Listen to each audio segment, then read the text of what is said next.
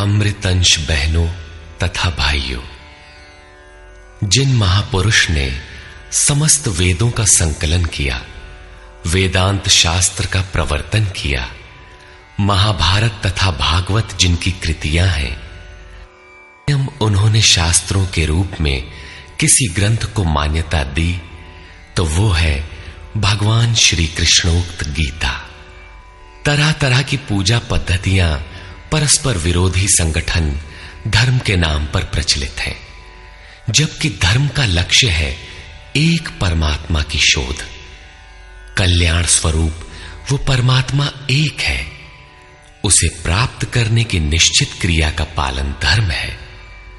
जब परमात्मा एक है, उसे प्राप्त करने की क्रिया एक है, तो बहुत से पंथ क्यों? इसके समाधान के लिए प्रस्तुत है यथार्थ गीता का भावांश, ये गीता कैसेट। धर्म के सरल स्वरूप और उसकी प्राप्ति हेतु निर्धारित क्रिया का क्रमबद्ध तथा पूर्ण विवरण योगेश्वर श्री कृष्णोक्त गीता है। विश्व के प्रत्येक महापुरुष ने जो कुछ भी साधन बताया है, वो सब का सब तथा अनेक गोपनीय स्थितियों का स्पष्टीकरण अकेले गीता में है। इसलिए संपूर्ण मानव जाति के कल्याण का अतर्क शास्त्र गीता है। महाभारत में संकेत है कि जब कौरवों और पांडवों की सेनाएं आमने सामने खड़ी हो गईं, तो संपूर्ण निशांतर कौरवों में प्रवेश कर गए और सभी देवता पांडवों में। इस कथन से महर्षि व्यास ने स्पष्ट कर दिया कि गीता के सभी पात्र देवता या असुर हैं तथा प्रतीकात्मक हैं। प्रत्येक मनुष्य के अंतःकरण में दैवी और आसुरी दो प्रकृतियां अनादिकाल से हैं।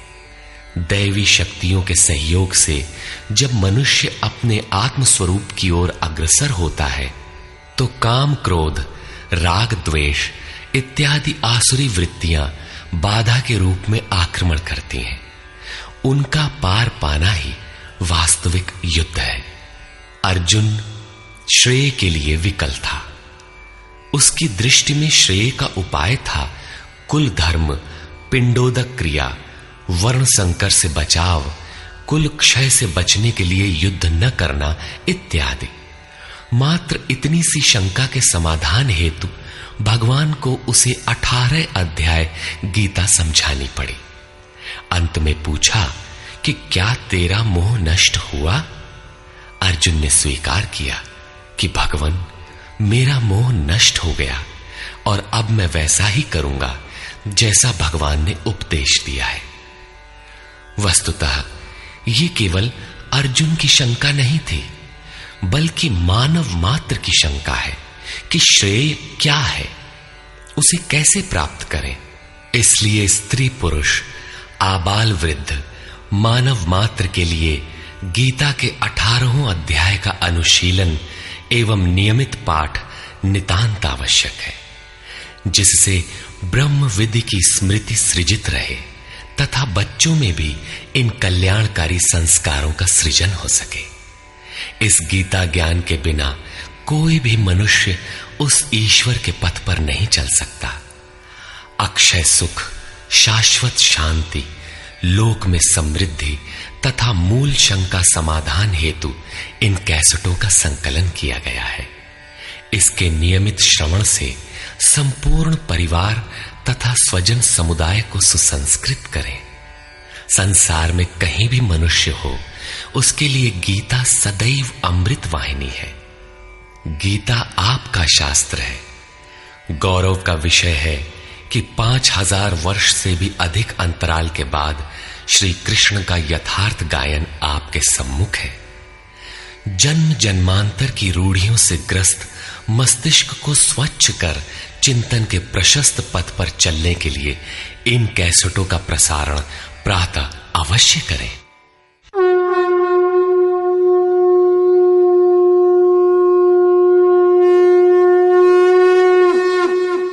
ओम श्री परमात्मने नमः।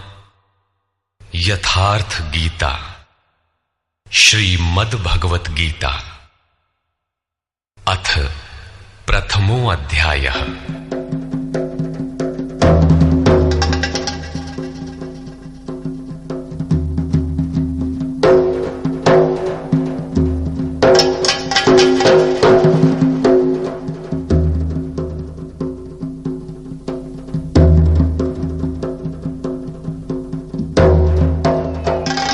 धृतराष्ट्र उवाच।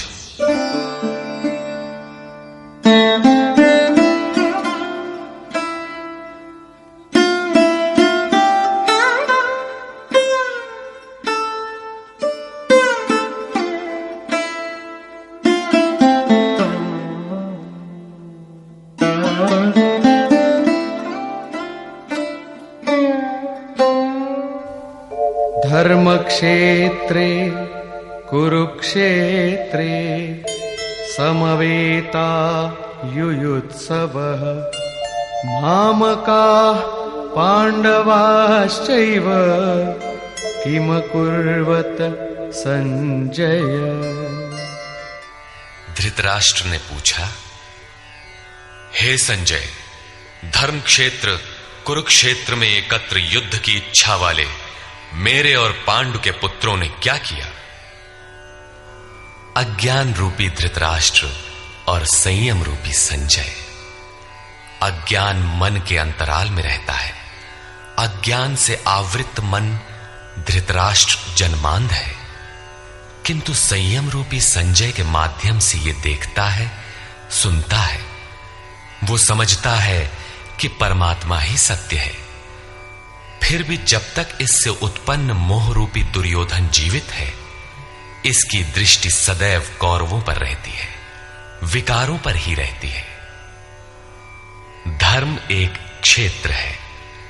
जब हृदय देश में दैवी संपत्ति का बाहुल्य होता है तो यह शरीर धर्म क्षेत्र बन जाता है, और जब इसमें आसुरी संपत्ति का बाहुल्य होता है तो यह शरीर कुरुक्षेत्र बन जाता है।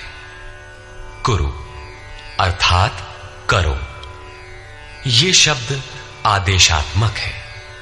भगवान श्री कृष्ण कहते हैं, प्रकृति से उत्पन्न तीनों गुणों द्वारा परवश होकर मनुष्य कर्म करता है। वो क्षण मात्र भी कर्म किए बिना नहीं रह सकता, गुण उससे करा लेते हैं। तीनों गुण मनुष्य को देवता से कीट पर्यंत शरीरों में ही बांधते हैं। जब तक प्रकृति और प्रकृति से उत्पन्न गुण जीवित हैं, तब तक कुरु लगा रहेगा। अतः जन्म मृत्यु वाला क्षेत्र, विकारों वाला क्षेत्र कुरुक्षेत्र है, और परम धर्म परमात्मा में प्रवेश दिलाने वाली पुण्यमयी प्रवृत्तियों का क्षेत्र धर्म क्षेत्र है। पुरातत्वविद पंजाब में काशी प्रयाग के मध्य तथा अनेकानेक स्थलों पर कुरुक्षेत्र की शोध में लगे हैं, किंतु गीताकार ने स्वयं बताया है कि जिस क्षेत्र में यह युद्ध हुआ वो कहां है। इदम शरीरम कौन्तेय क्षेत्र मित्य भिधीयते। अर्जुन, ये शरीर ही क्षेत्र है, और जो इसको जानता है, इसका पार पा लेता है, वो क्षेत्रज्ञ है।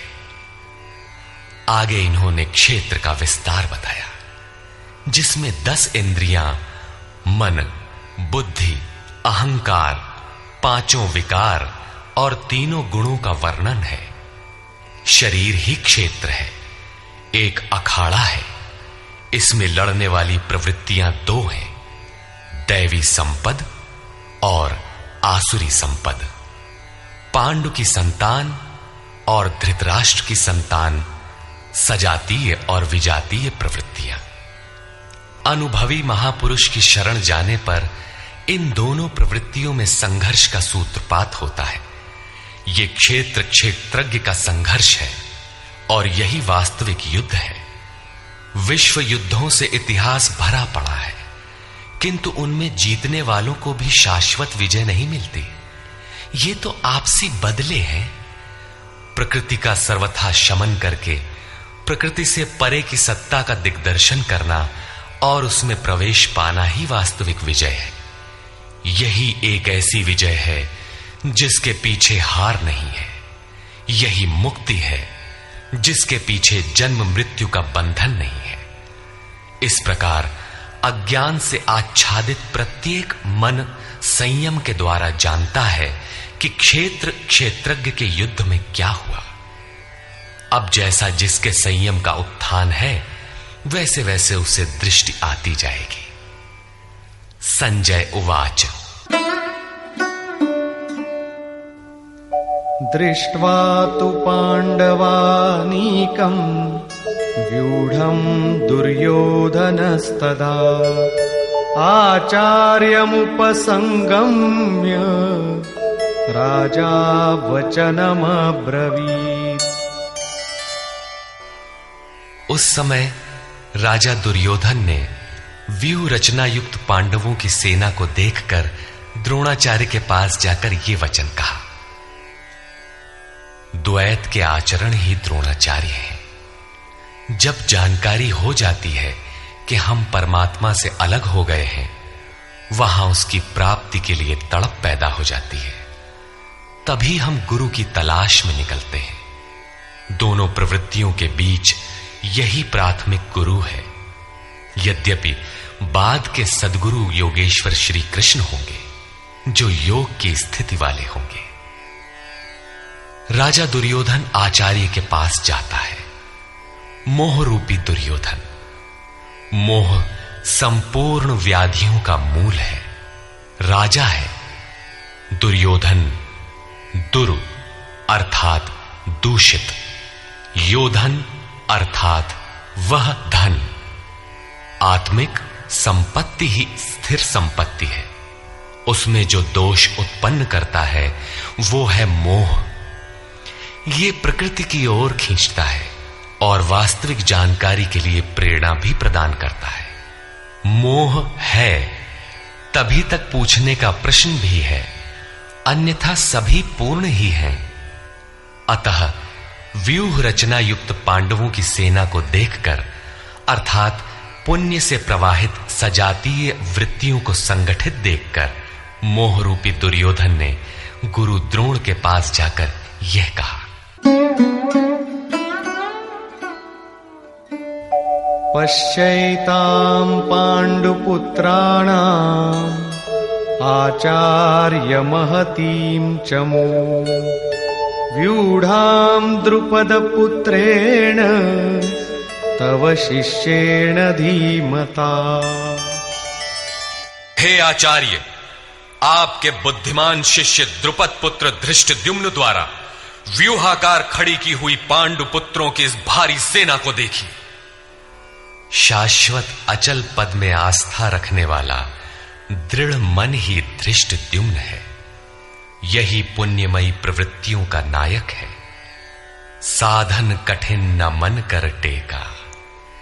साधन कठिन नहीं, मन की दृढ़ता कठिन होनी चाहिए। अब देखें सेना का विस्तार। अत्र शूरा महेश्वासा भीमार्जुन समायुधि युयुधानो विराटश्च द्रुपदश्च महारथः। इस सेना में महेश्वासा, महान ईश में वास दिलाने वाले भाव रूपी भीम, अनुराग रूपी अर्जुन के समान बहुत से शूरवीर, जैसे सात्विकता रूपी सात्यकी, विराटः सर्वत्र ईश्वरी प्रवाह की धारणा, महारथी राजा द्रुपद अर्थात अचल स्थिति, तथा धृष्टकेतुश्चेकितानः काशीराजश्च वीर्यवान् पुरुजित् कुन्तिभोजश्च शैब्यश्च नरपुंगवः।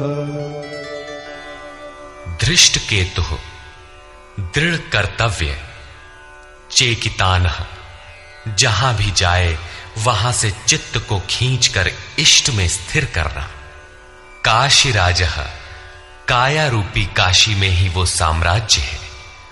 पुरजित स्थूल, सूक्ष्म और कारण शरीरों पर विजय दिलाने वाला पुरुजित। कुंती भोजः कर्तव्य से भव पर विजय, नरों में श्रेष्ठ शैव्य अर्थात सत्य व्यवहार। युधामन्युश्च विक्रान्तः उत्तमौजाश्च वीर्यवान् सौभद्रो द्रौपदेयाश्च सर्व एव महारथाः। और पराक्रमी युधामन्यु, युद्ध के अनुरूप मन की धारणा, उत्तमौजाः शुभ की मस्ती, सुभद्रा पुत्र अभिमन्यु। जब शुभ आधार आ जाता है तो मन भय से रहित हो जाता है। ऐसा शुभ आधार से उत्पन्न अभय मन, ध्यान रूपी द्रौपदी के पांचों पुत्र वात्सल्य, लावण्य, सौम्यता, स्थिरता, सहृदयता, सब के सब महारथी हैं। साधन पथ पर संपूर्ण योग्यता के साथ चलने की क्षमताएं हैं। इस प्रकार दुर्योधन ने पांडव पक्ष के 15-20 नाम गिनाए जो दैवी संपद के महत्वपूर्ण अंग हैं। विजातीय प्रवृत्ति का राजा होते हुए भी मोह ही सजातीय प्रवृत्तियों को समझने के लिए बाध्य करता है। दुर्योधन अपना पक्ष संक्षेप में कहता है, यदि कोई बाह्य युद्ध होता तो अपनी फौज बढ़ा चढ़ा कर गिनाता, विकार कम गिनाए गए क्योंकि उन पर विजय पाना है, वे नाशवान हैं। केवल 5-7 विकार बताए गए जिनके अंतराल में संपूर्ण बहिर्मुखी प्रवृत्ति विद्यमान है, जैसे अस्माकं तु विशिष्टाये तान्निबोध द्विजोत्तम नायका मम सैन्यस्य संज्ञार्थं तान् ब्रवीमि ते। द्विजोत्तम, हमारे पक्ष में जो जो प्रधान हैं उन्हें भी आप समझ लें। आपको जानने के लिए मेरी सेना के जो नायक हैं उनको कहता हूं। बाह्य युद्ध में सेनापति के लिए द्विजोत्तम संबोधन असामयिक है। वस्तुतः गीता अंतःकरण की 2 प्रवृत्तियों का संघर्ष है जिसमें द्वैत का आचरण ही द्रोण है। जब तक हम लेश मात्र भी आराध्य से अलग हैं तब तक प्रकृति विद्यमान है, द्वैत बना है। इस द्वि पर जय पाने की प्रेरणा प्रथम गुरु द्रोणाचार्य से मिलती है। अधूरी शिक्षा ही पूर्ण जानकारी के लिए प्रेरणा प्रदान करती है। वो पूजा स्थली नहीं, वहां शौर्य सूचक संबोधन होना चाहिए। विजातीय प्रवृत्ति के नायक कौन कौन हैं?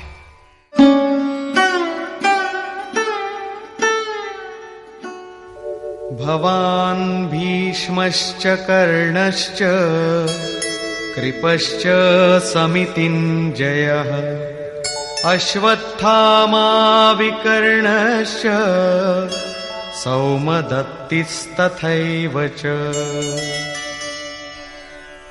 एक तो स्वयं आप द्वैत के आचरण रूपी द्रोणाचार्य हैं।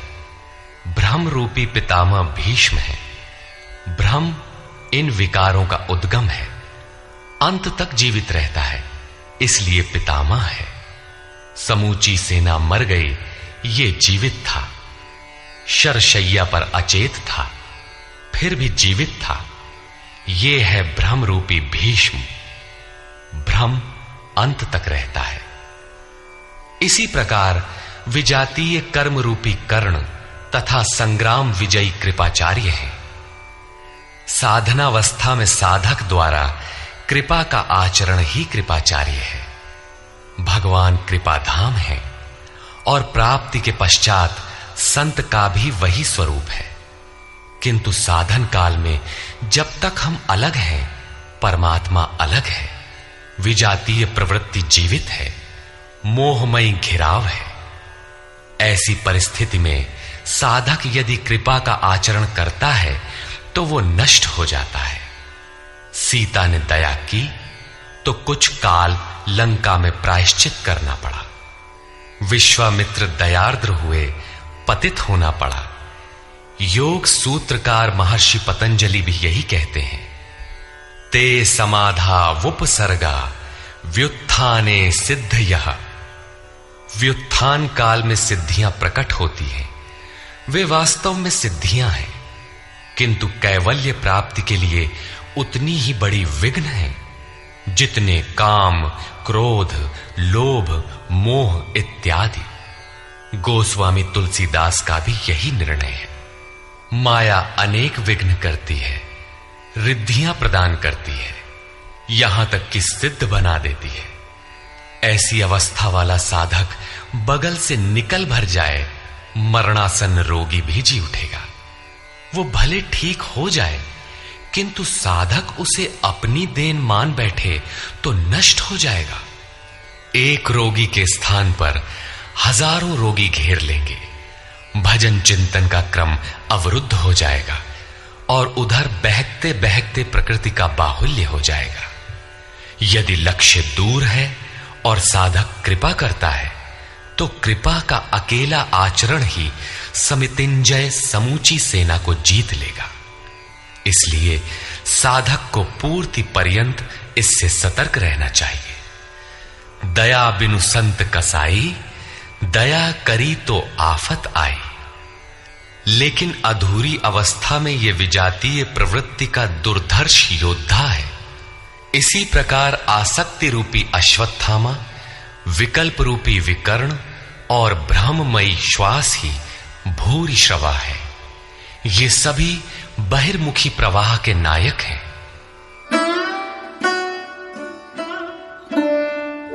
अन्ये च बहवः शूराः मदर्थे त्यक्तजीविताः नानाशस्त्र प्रहरणाः सर्वे युद्धविशारदाः।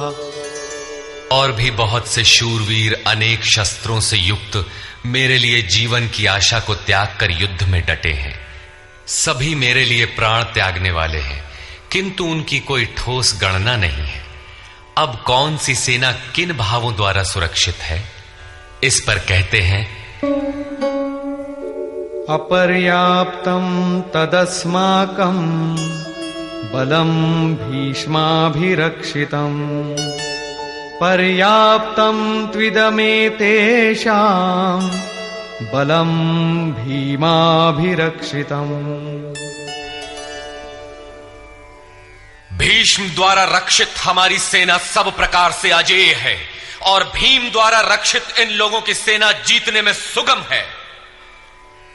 पर्याप्त और अपर्याप्त जैसे श्लिष्ट शब्द का प्रयोग दुर्योधन की आशंका को व्यक्त करता है। अतः देखना है कि भीष्म कौन सी सत्ता है जिस पर कौरव निर्भर करते हैं, तथा भीम कौन सी सत्ता है जिस पर दैवी संपद संपूर्ण पांडव निर्भर है। दुर्योधन अपनी व्यवस्था देता है कि अयनेषु च सर्वेषु यथा भागमवस्थिताः भीष्ममेवाभिरक्षन्तु भवन्तः सर्व एव हि। इसलिए सब मोर्चों पर अपनी अपनी जगह स्थित रहते हुए आप लोग सब के सब भीष्म की ही सब ओर से रक्षा करें। यदि भीष्म है तो हम अजेय हैं, इसलिए आप पांडवों से न लड़कर केवल भीष्म की ही रक्षा करें।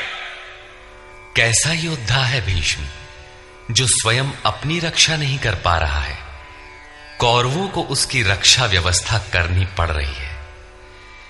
यह कोई बाह्य योद्धा नहीं, ब्रह्म ही भीष्म है। जब तक ब्रह्म जीवित है तब तक विजातीय प्रवृत्तियां कौरव अजेय हैं। अजेय का यह अर्थ नहीं कि जिसे जीता ही ना जा सके, बल्कि अजेय का अर्थ दुर्जय है, जिसे कठिनाई से जीता जा सकता हो। महा अजय संसार रिपु, जीत सकई सो वीर। यदि भ्रम समाप्त हो जाए तो अविद्या अस्तित्वहीन हो जाए। मोह इत्यादि जो आंशिक रूप से बचे भी हैं, शीघ्र ही समाप्त हो जाएंगे। भीष्म की इच्छा मृत्यु थी। इच्छा ही भ्रम है। इच्छा का अंत और भ्रम का मिटना एक ही बात है। इसी को संत कबीर ने सरलता से कहा, इच्छा काया इच्छा माया, इच्छा जग उपजाया। कह कबीर जे इच्छा विवर्जित, ताका पार न पाया। जहां भ्रम नहीं होता वो अपार और अव्यक्त है। इस शरीर के जन्म का कारण इच्छा है। इच्छा ही माया है और इच्छा ही जगत की उत्पत्ति का कारण है। सो कामयत तदैक्षत बहुश्याम प्रजायेय इति। कबीर कहते हैं, जो इच्छाओं से सर्वथा रहित हैं, तिनका पार न पाया।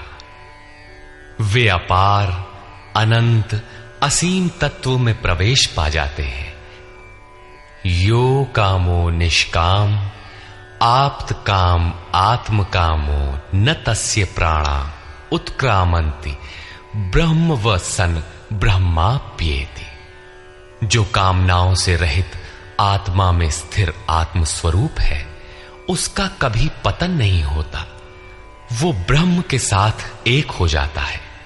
आरंभ में इच्छाएं अनंत होती हैं और अंततो गत्वा परमात्म प्राप्ति की इच्छा शेष रहती है। जब ये इच्छा भी पूरी हो जाती है, तब इच्छा भी मिट जाती है। यदि उससे भी बड़ी कोई वस्तु होती तो आप उसकी इच्छा अवश्य करते। जब उससे आगे कोई वस्तु है ही नहीं, तो इच्छा किसकी होगी?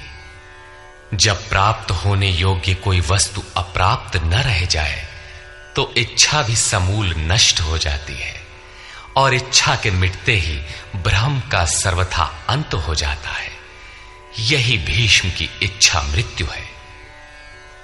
भीम द्वारा रक्षित इन लोगों की सेना जीतने में सुगम है। भाव रूपी भीम, भावे विद्यते देवः। भाव में वो क्षमता है कि अविदित परमात्मा भी विदित हो जाता है।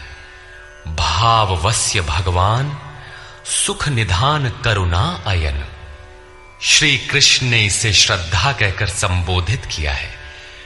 भाव में वो क्षमता है कि भगवान को भी वश में कर लेता है। भाव से ही संपूर्ण पुण्यमयी प्रवृत्ति का विकास है। ये पुण्य का संरक्षक है तो इतना बलवान कि परम देव परमात्मा को संभव बनाता है, किंतु साथ ही इतना कोमल भी है कि आज भाव है तो कल अभाव में बदलते देर नहीं लगती। इष्ट में लेश मात्र भी त्रुटि प्रतीत होने पर भाव डगमगा जाता है। पुण्यमयी प्रवृत्ति विचलित हो उठती है। इष्ट से संबंध टूट जाता है। इसलिए भीम द्वारा रक्षित इन लोगों की सेना जीतने में सुगम है। महर्षि पतंजलि का भी यही निर्णय है।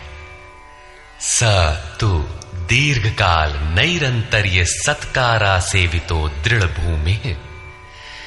दीर्घकाल तक निरंतर श्रद्धा भक्ति पूर्वक किया हुआ साधन ही दृढ़ हो पाता है।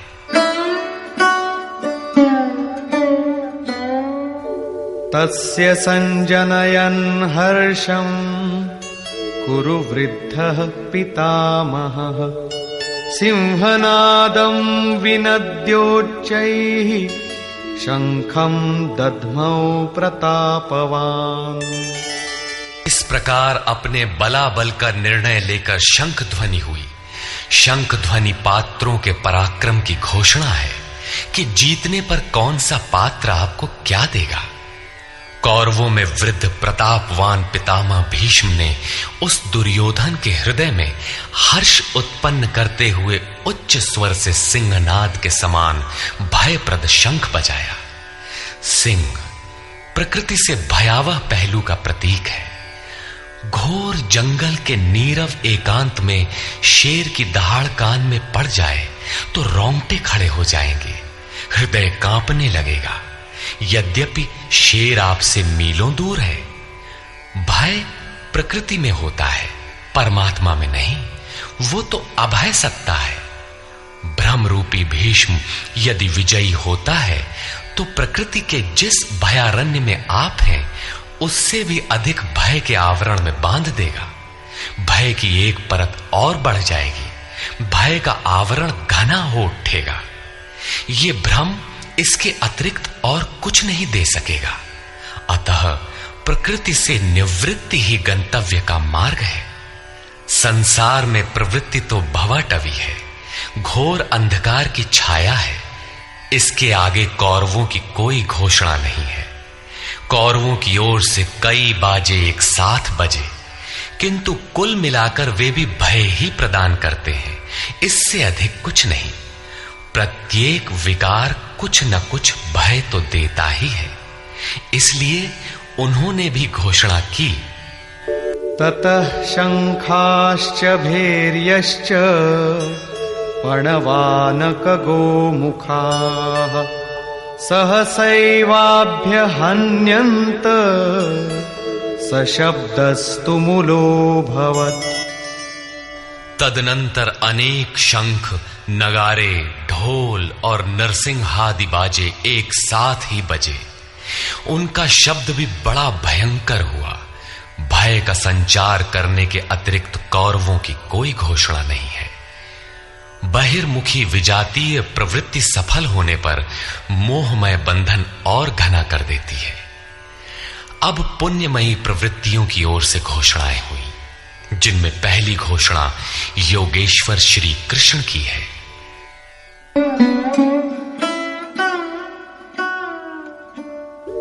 ततः श्वेतैर्हयैर्युक्ते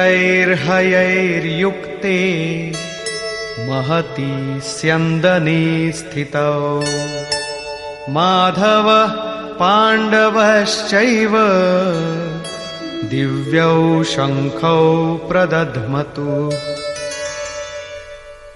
इसके उपरांत श्वेत घोड़ों से युक्त, जिनमें लेश मात्र कालिमा दोष नहीं है, श्वेत सात्विक निर्मलता का प्रतीक है। महति स्यन्दने, महान रथ पर बैठे हुए योगेश्वर श्री कृष्ण और अर्जुन ने भी अलौकिक शंख बजाए। अलौकिक का अर्थ है लोकों से परे। मृत्युलोक, देवलोक, ब्रह्मलोक, जहां तक जन्म मरण का भय है, उन समस्त लोकों से परे पारलौकिक, पारमार्थिक स्थिति प्रदान करने की घोषणा योगेश्वर श्री कृष्ण की है। सोने चांदी काठ का रथ नहीं, रथ अलौकिक, शंख अलौकिक, अतः घोषणा भी अलौकिक ही है। लोकों से परे एकमात्र ब्रह्म है, सीधा उससे संपर्क स्थापित कराने की घोषणा है। पांचजन्यं ऋषिकेशो देवदत्तं धनंजयः पौंड्रं दध्मौ महाशंखं भीमकर्मावृकोदरः।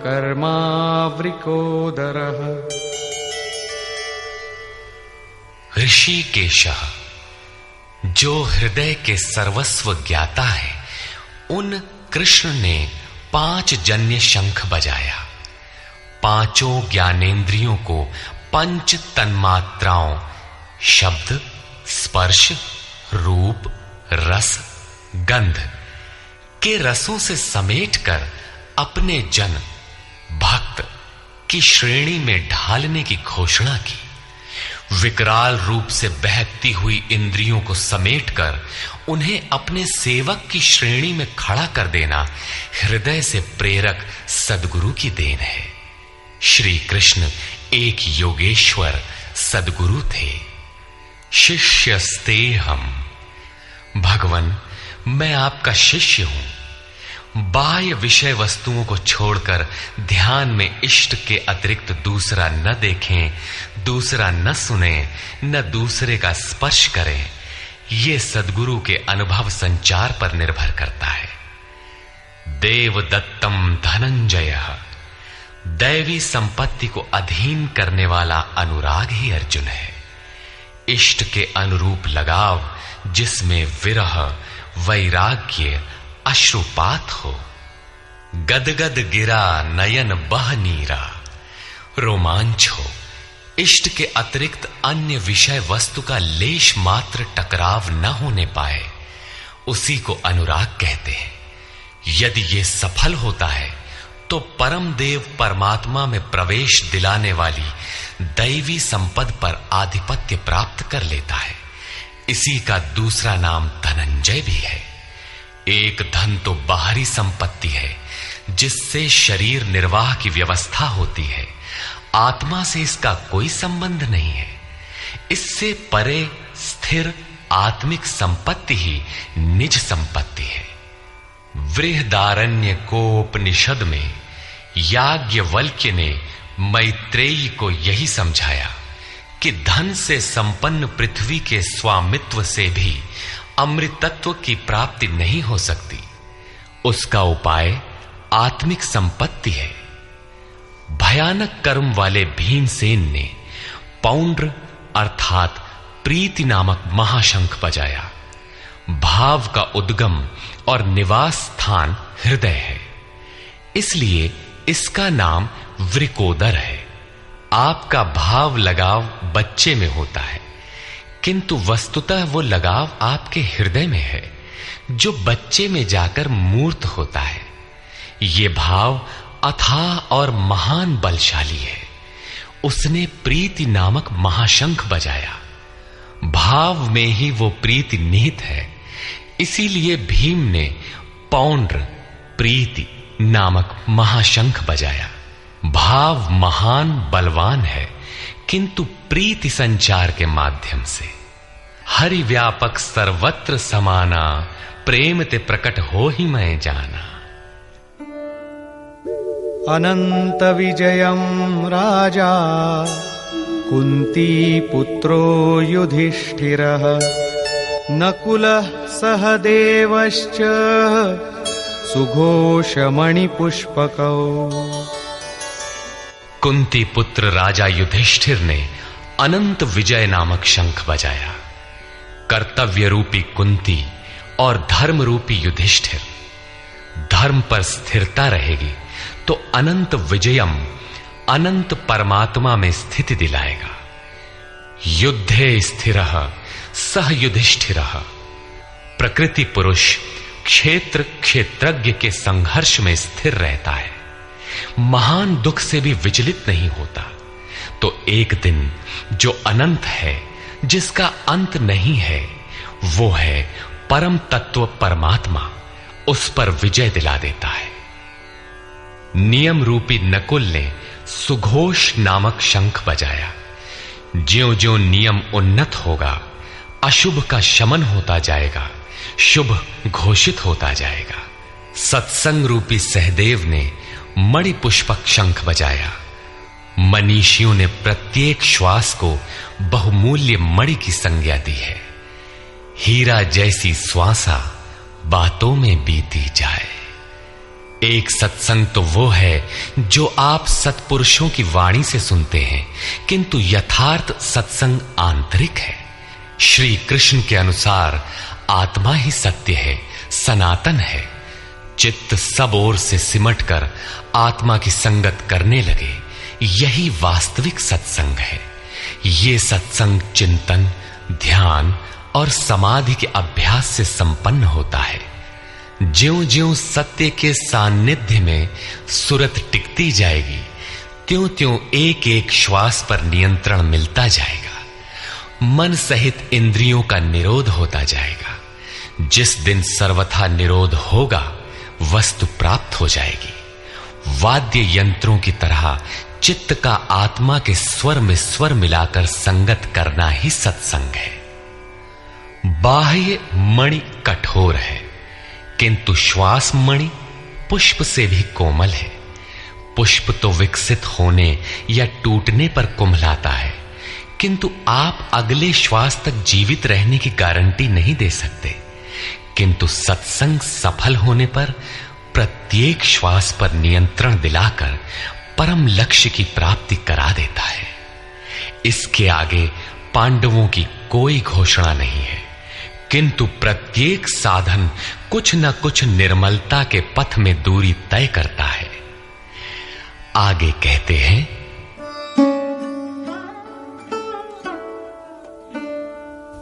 काश्यश्च परमेश्वासः शिखण्डी च महारथः धृष्टद्युम्नो विराटश्च सात्यकिश्चापराजितः। काया रूपी काशी। पुरुष जब सब ओर से मन सहित इंद्रियों को समेटकर काया में ही केंद्रित करता है तो परमेश्वासः परम ईश में वास का अधिकारी हो जाता है। परम ईश में वास दिलाने में सक्षम काया ही काशी है।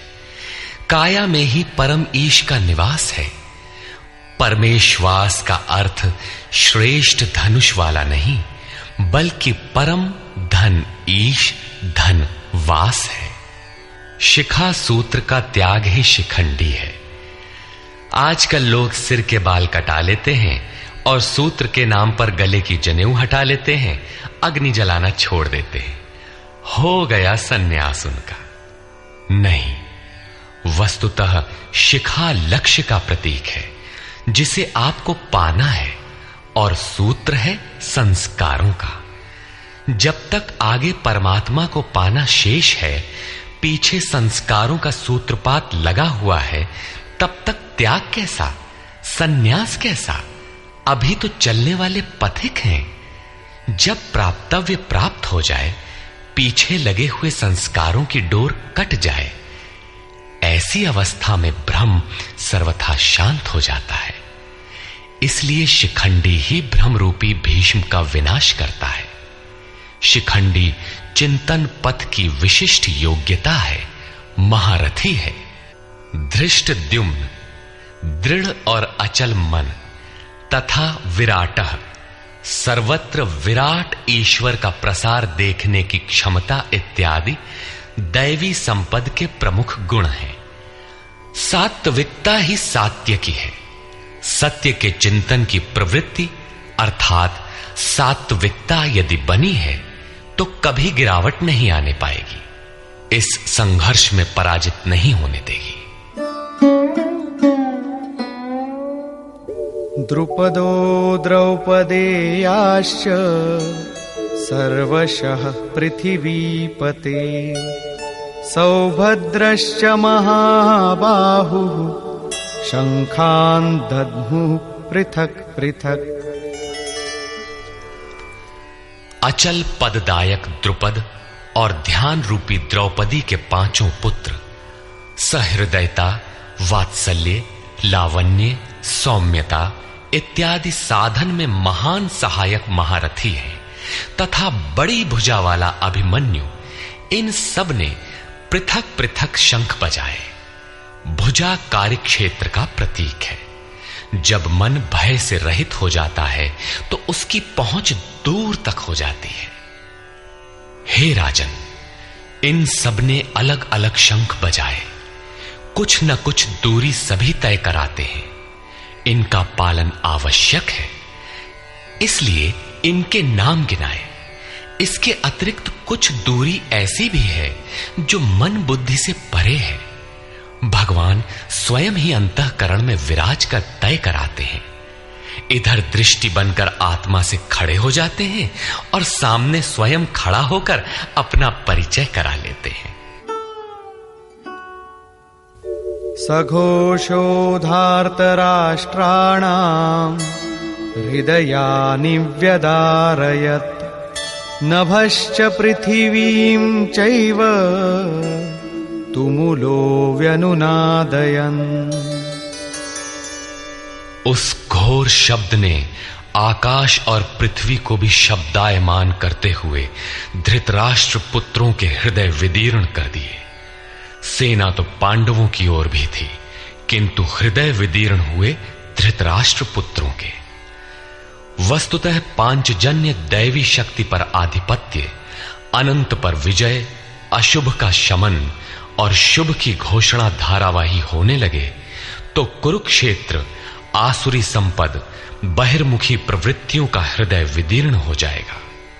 उनका बल शनैः शनैः क्षीण होने लगता है। सर्वथा सफलता मिलने पर मोहमयी प्रवृत्तियां सर्वथा शांत हो जाती हैं।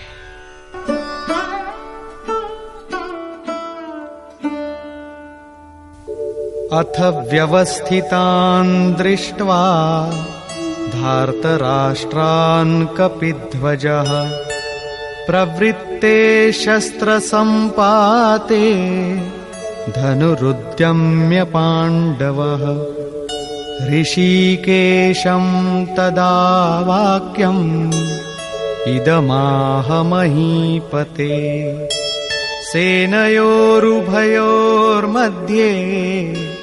रथं स्थापयमेच्युत। संयम रूपी संजय ने अज्ञान से आवृत मन को समझाया कि हे राजन, उसके उपरांत कपिध्वजः वैराग्य रूपी हनुमान, वैराग्य ही ध्वज है जिसका, ध्वज राष्ट्र का प्रतीक माना जाता है। कुछ लोग कहते हैं ध्वजा चंचल थी, इसलिए कपिध्वज कहा गया, किंतु नहीं, यहां कपि साधारण बंदर नहीं, स्वयं हनुमान थे, जिन्होंने मान अपमान का हनन किया था। सममान निरादर आदरहीन। प्रकृति की देखी सुनी वस्तुओं से, विषयों से राग का त्याग ही वैराग्य है। अतः वैराग्य ही जिसकी ध्वजा है, उस अर्जुन ने व्यवस्थित रूप से धृतराष्ट्र पुत्रों को खड़े देखकर शस्त्र चलने की तैयारी के समय धनुष उठाकर ऋषिकेशम, जो हृदय के सर्वस्व ज्ञाता है, उन योगेश्वर श्री कृष्ण से ये वचन कहा, हे अच्युत, जो कभी च्युत नहीं होता, मेरे रथ को दोनों सेनाओं के बीच खड़ा करिए। यहां सारथी को दिया गया आदेश नहीं, इष्ट सदगुरु से की गई प्रार्थना है, किस लिए खड़ा करें?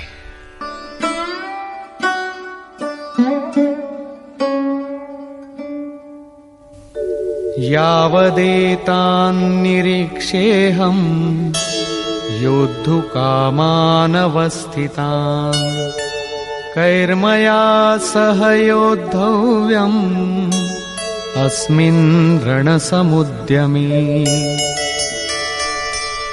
जब तक मैं इन स्थित हुए युद्ध की कामना वालों को अच्छी प्रकार देख न लूं कि इस युद्ध के उद्योग में मुझे किन किन के साथ युद्ध करना योग्य है, इस युद्ध व्यापार में मुझे किन किन के साथ युद्ध करना है। योत्स्यमानानवेक्षेऽहम् य एतेऽत्र समागताः धार्तराष्ट्रस्य दुर्बुद्धेर्युद्धे प्रियचिकीर्षवः। दुर्बुद्धि दुर्योधन का युद्ध में कल्याण चाहने वाले जो जो ये राजा लोग इस सेना में आए हैं, उन युद्ध करने वालों को मैं देखूंगा, इसलिए खड़ा करें। मोह रूपी दुर्योधन, मोहमयी प्रवृत्तियों का कल्याण चाहने वाले जो जो राजा इस युद्ध में आए हैं, उनको मैं देख लूं। संजय उवाच,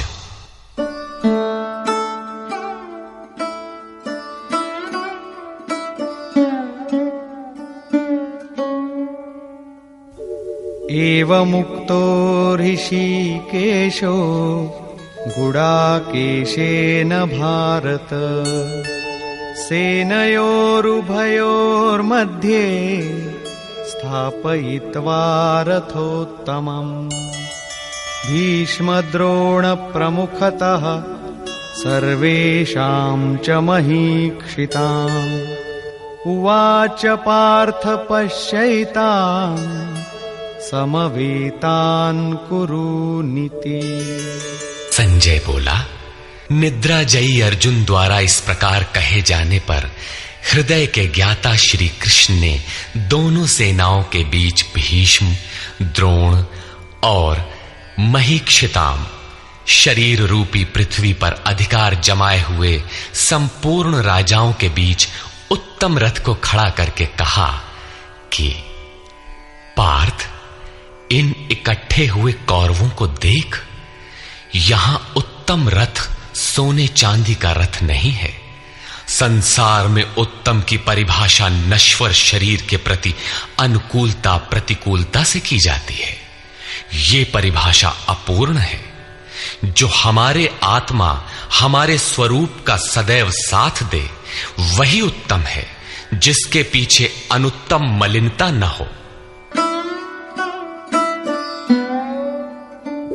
तत्रापश्यत् स्थितान् पार्थः पितॄनथ पितामहान् आचार्यान् मातुलान् भ्रातॄन् पुत्रान् पौत्रान् सखींस्तथा श्वशुरान् सुहृदश्चैव सेनयोरुभयोरपि।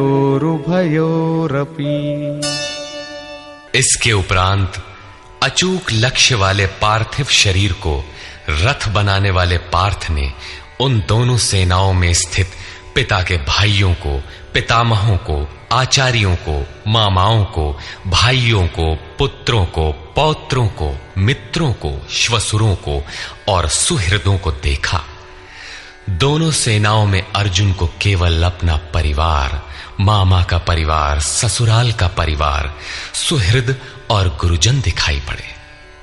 प्रचलित गणना के अनुसार 18 अक्षौहिणी 2.5-3 अरब के लगभग होता है, जो आज के विश्व की जनसंख्या के समकक्ष है।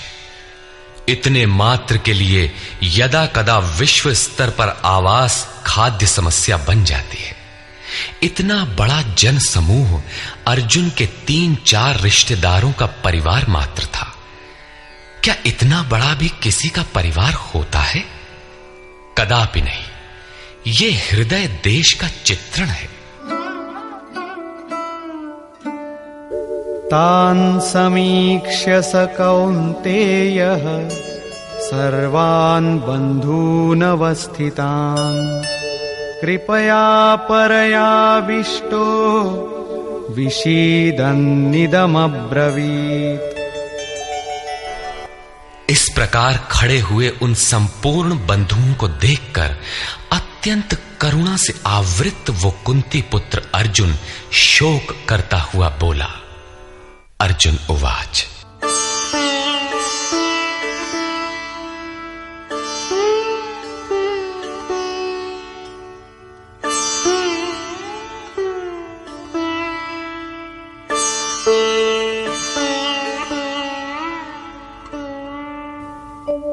दृष्ट्वेमं स्वजनं कृष्ण युयुत्सुं समुपस्थितम् सीदन्ति मम गात्राणि मुखं च परिशुष्यति वेपथुश्च शरीरे मे रोमहर्षश्च जायते। हे कृष्ण, इस युद्ध की इच्छा वाले खड़े हुए स्वजन समुदाय को देखकर मेरे अंग शिथिल हुए जाते हैं, मुख सूखा जाता है और मेरे शरीर में कंप तथा रोमांच हो रहा है। इतना ही नहीं, गांडीवं स्रंसते हस्तात् त्वक्चैव परिदह्यते न च शक्नोम्यवस्थातुं भ्रमतीव च मे मनः।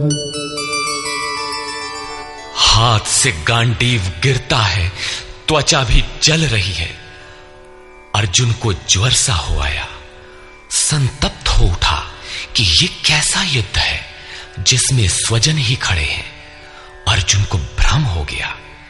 वो कहता है, अब मैं खड़ा रह पाने में भी अपने को असमर्थ पा रहा हूं। अब आगे देखने की सामर्थ्य नहीं है। निमित्तानि च पश्यामि विपरीतानि केशव न च श्रेयोनुपश्यामि हत्वा स्वजनमाहवे। हे केशव, इस युद्ध का लक्षण भी विपरीत ही देखता हूं। युद्ध में अपने कुल को मारकर परम कल्याण भी नहीं देखता हूं। कुल को मारने से कल्याण कैसे होगा?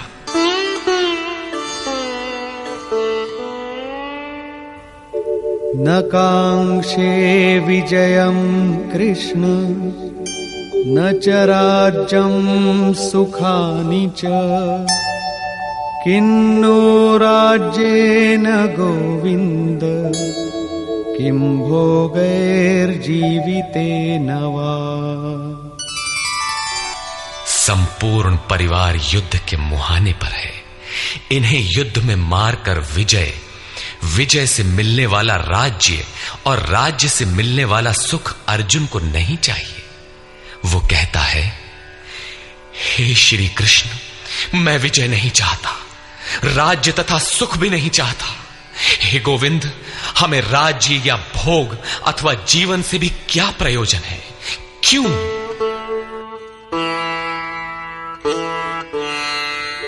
येषामर्थे कांक्षितं नो राज्यं भोगाः सुखानि च तैमेव स्थिता युद्धे प्राणान् त्यक्त्वा धनानि च। हमें जिनके लिए राज्य भोग और सुखादिक इच्छित हैं, वे ही परिवार जीवन की आशा त्याग कर युद्ध के मैदान में खड़े हैं। हमें राज्य इच्छित था तो परिवार को लेकर, भोग सुख और धन की पिपासा थी तो स्वजन और परिवार के साथ उन्हें भोगने की थी। किंतु जब सब के सब प्राणों की आशा त्याग कर खड़े हैं तो मुझे सुख राज्य या भोग नहीं चाहिए। ये सब इन्हीं के लिए प्रिय थे। इनसे अलग होने पर हमें इनकी आवश्यकता नहीं है। जब तक परिवार रहेगा तब तक ये वासनाएं भी रहती हैं। झोपड़ी में रहने वाला भी अपने परिवार, मित्र और स्वजन को मारकर विश्व का साम्राज्य स्वीकार नहीं करेगा। अर्जुन यही कहता है कि हमें भोग प्रिय थे, विजय प्रिय थी, किंतु जिनके लिए थी, जब वे ही नहीं रहेंगे तो भोगों से क्या प्रयोजन? इस युद्ध में मारना किसे है?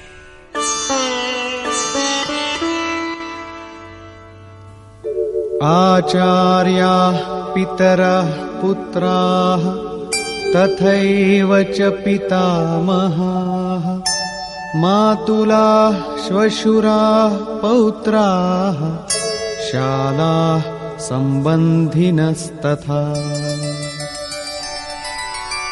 इस युद्ध में ताऊ, चाचे, लड़के और इसी प्रकार दादा, मामा, श्वसुर, पोते, साले तथा समस्त संबंधी ही हैं।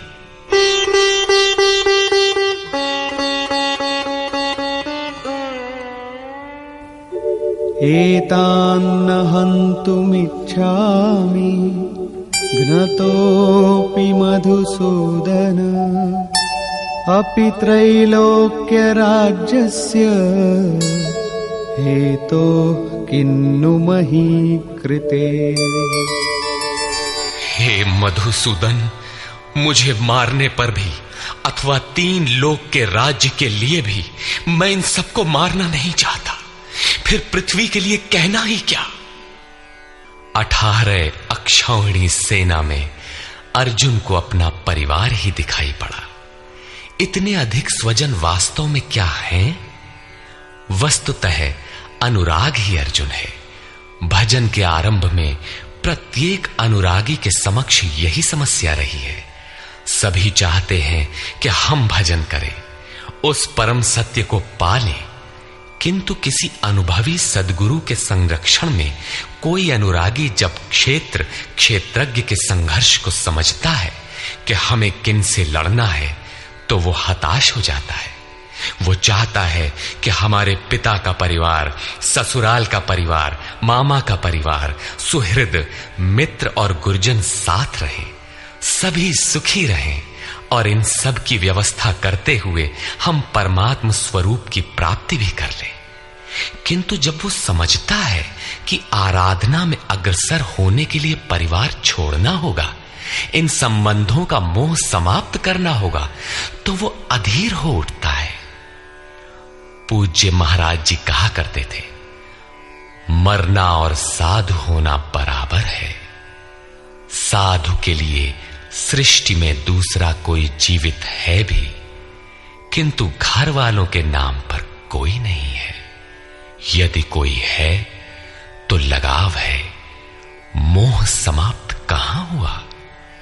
जहां तक लगाव है उसका पूर्ण त्याग, उस लगाव के अस्तित्व मिटने पर ही उसकी विजय है। इन संबंधों का प्रसार ही तो जगत है, अन्यथा जगत में हमारा क्या है?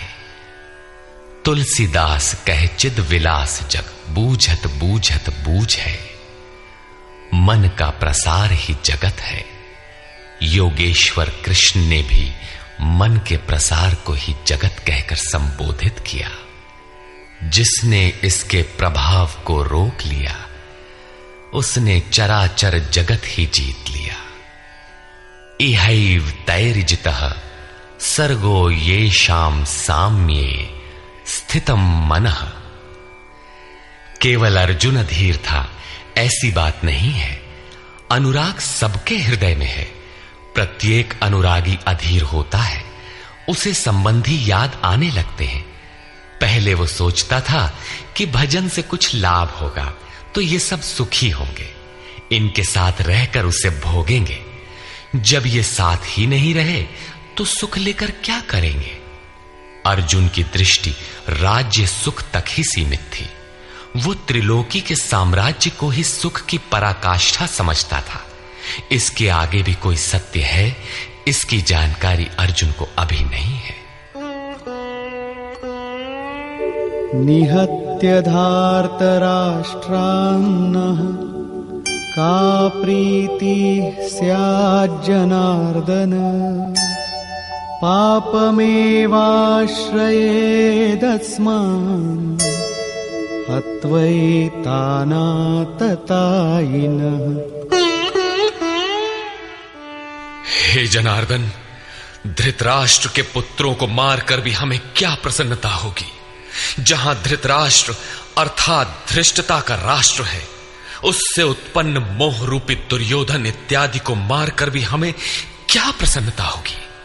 इन आतताइयों को मारकर हमें पाप ही तो लगेगा। जो जीवन यापन के तुच्छ लाभ के लिए अनीति अपनाता है वो आतताई कहलाता है। किंतु वस्तुतः इससे भी बड़ा आतताई वो है जो आत्मा के पथ में अवरोध उत्पन्न करता है।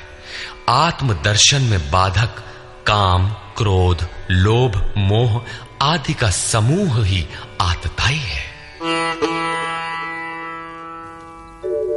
तस्मान्नार्हा वयं हन्तुं धार्तराष्ट्रान् स्वबान्धवान्।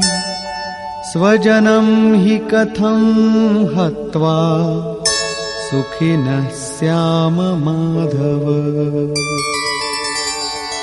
इससे हे माधव, अपने बांधव धृतराष्ट्र के पुत्रों को मारने के लिए हम योग्य नहीं हैं। स्वबांधव कैसे? वे तो शत्रु थे ना। वस्तुतः शरीर के रिश्ते अज्ञान से उत्पन्न होते हैं। ये मामा है, ससुराल है, स्वजन समुदाय है, ये सब अज्ञान ही तो है।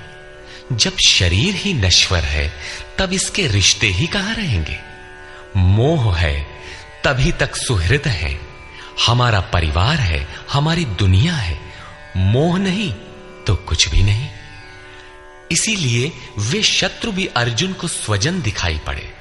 वो कहता है कि अपने कुटुंब को मारकर हम कैसे सुखी होंगे? यदि अज्ञान और मोह न रहे तो कुटुंब का अस्तित्व न हो। यह अज्ञान ज्ञान का प्रेरक भी है। भर्तृहरि, तुलसी इत्यादि अनेक महानुभावों को वैराग्य की प्रेरणा पत्नी से मिली, तो कोई सौतेली मां के व्यवहार से खिन्न होकर वैराग्य पथ पर अग्रसर हुआ दिखाई देता है।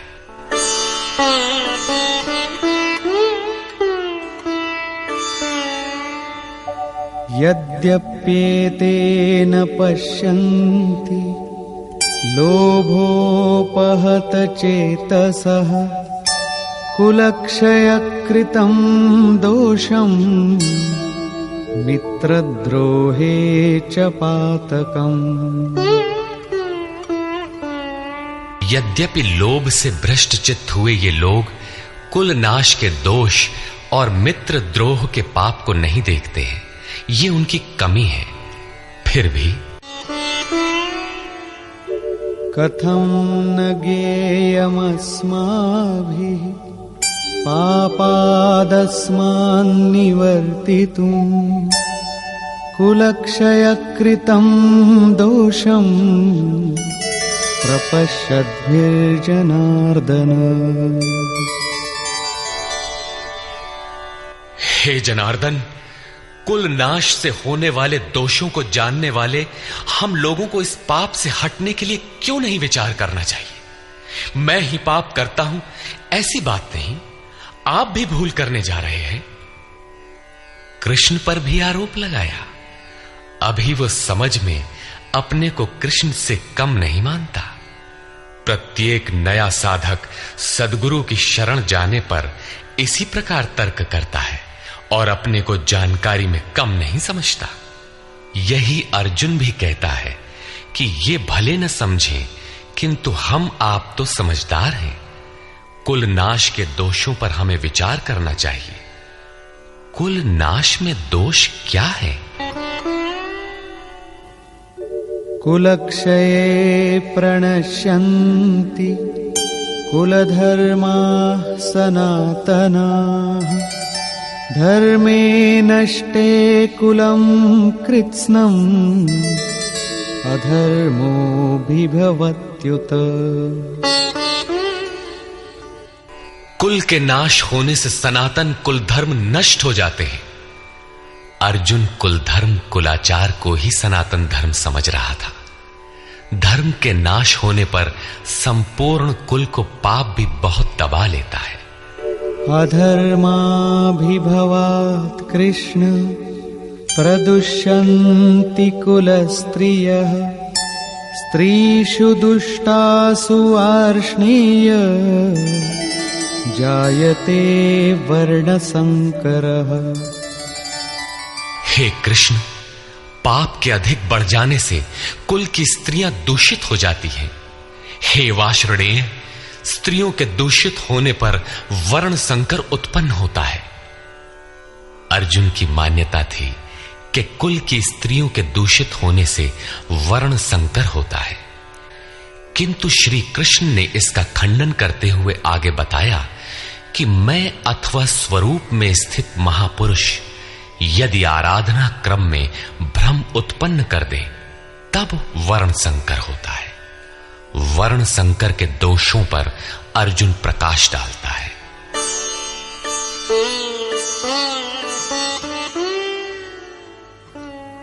संकरो नरकायैव कुलघ्नानां कुलस्य च पतन्ति पितरो येषां लुप्तपिण्डोदकक्रियाः। वर्ण संकर कुल घातियों और कुल को नरक में ले जाने के लिए ही होता है। लुप्त हुई पिंड क्रिया वाले इनके पितर लोग भी गिर जाते हैं। वर्तमान नष्ट हो जाता है, अतीत के पितर गिर जाते हैं और भविष्य वाले भी गिरेंगे। इतना ही नहीं,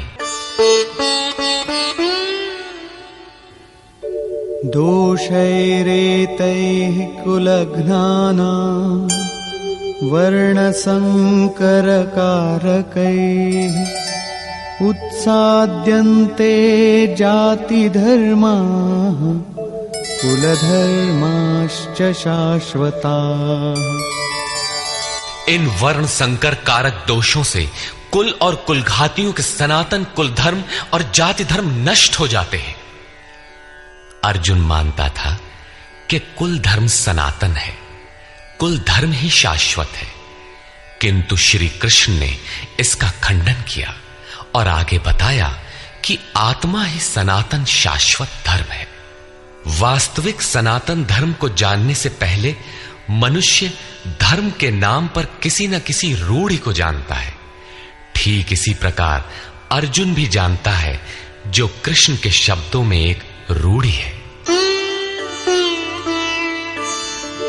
उत्सन्न कुल धर्माणां मनुष्याणां जनार्दन नरके नियतं वासो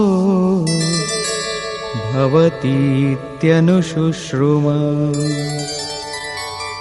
हे जनार्दन, नष्ट हुए कुल धर्म वाले मनुष्यों का अनंत काल तक नरक में वास होता है, ऐसा हमने सुना है। कुल धर्म ही नहीं नष्ट होता, बल्कि शाश्वत सनातन धर्म भी नष्ट हो जाता है। जब धर्म ही नष्ट हो गया तो ऐसे पुरुष का अनंत काल तक नरक में निवास होता है, ऐसा हमने सुना है, देखा नहीं, सुना है।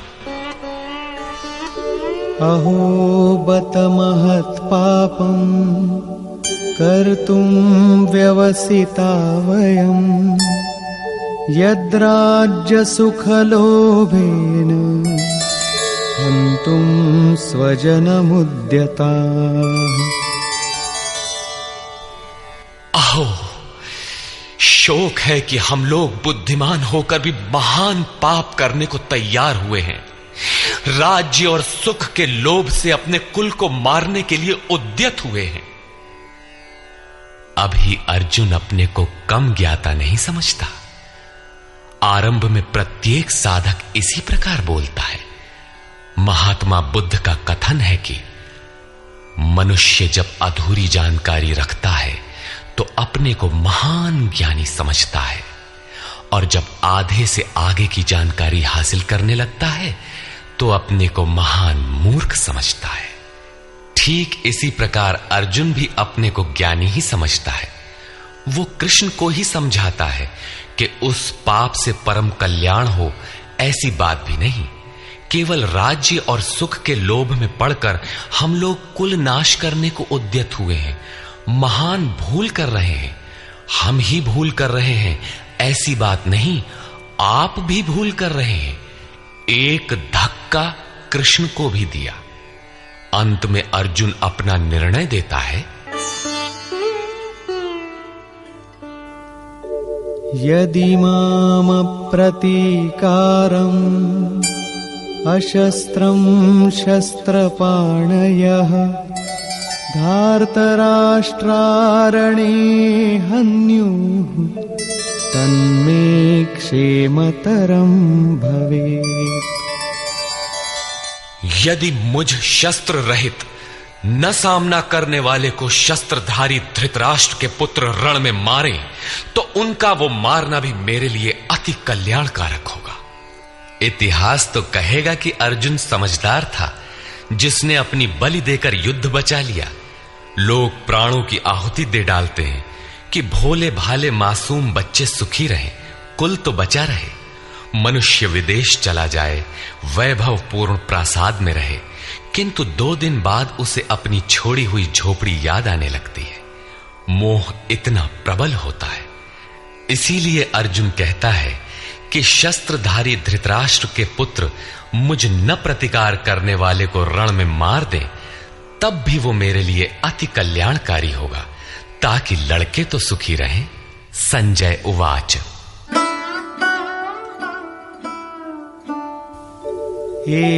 एवमुक्त्वार्जुनः संख्ये रथोपस्थ उपाविशत् विसृज्य सशरं चापं शोकसंविघ्नमानसः।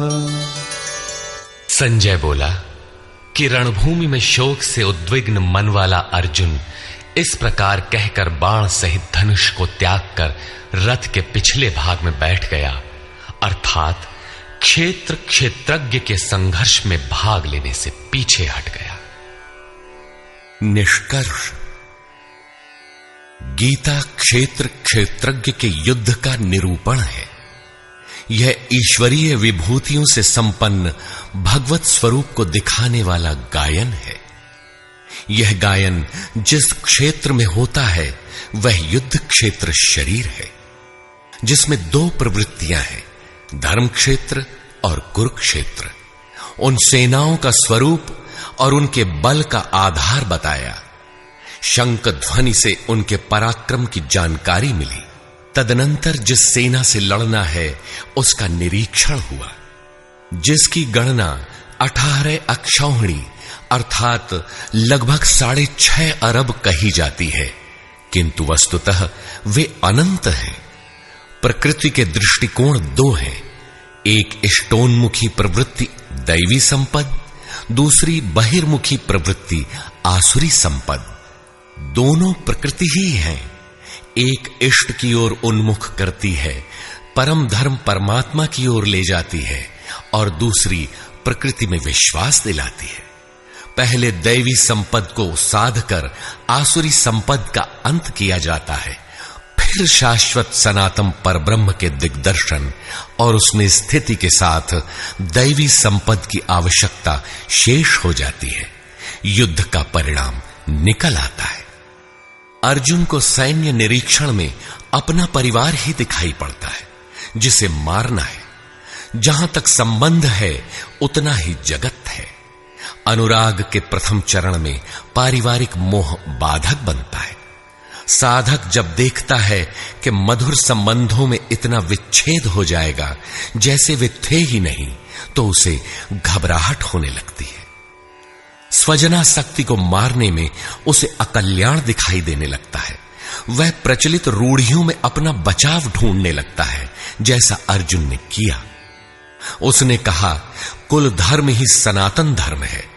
इस युद्ध से सनातन धर्म नष्ट हो जाएगा, कुल की स्त्रियां दूषित होंगी, वर्ण संकर पैदा होगा, जो कुल और कुलघातियों को अनंत काल तक नरक में ले जाने के लिए ही होता है।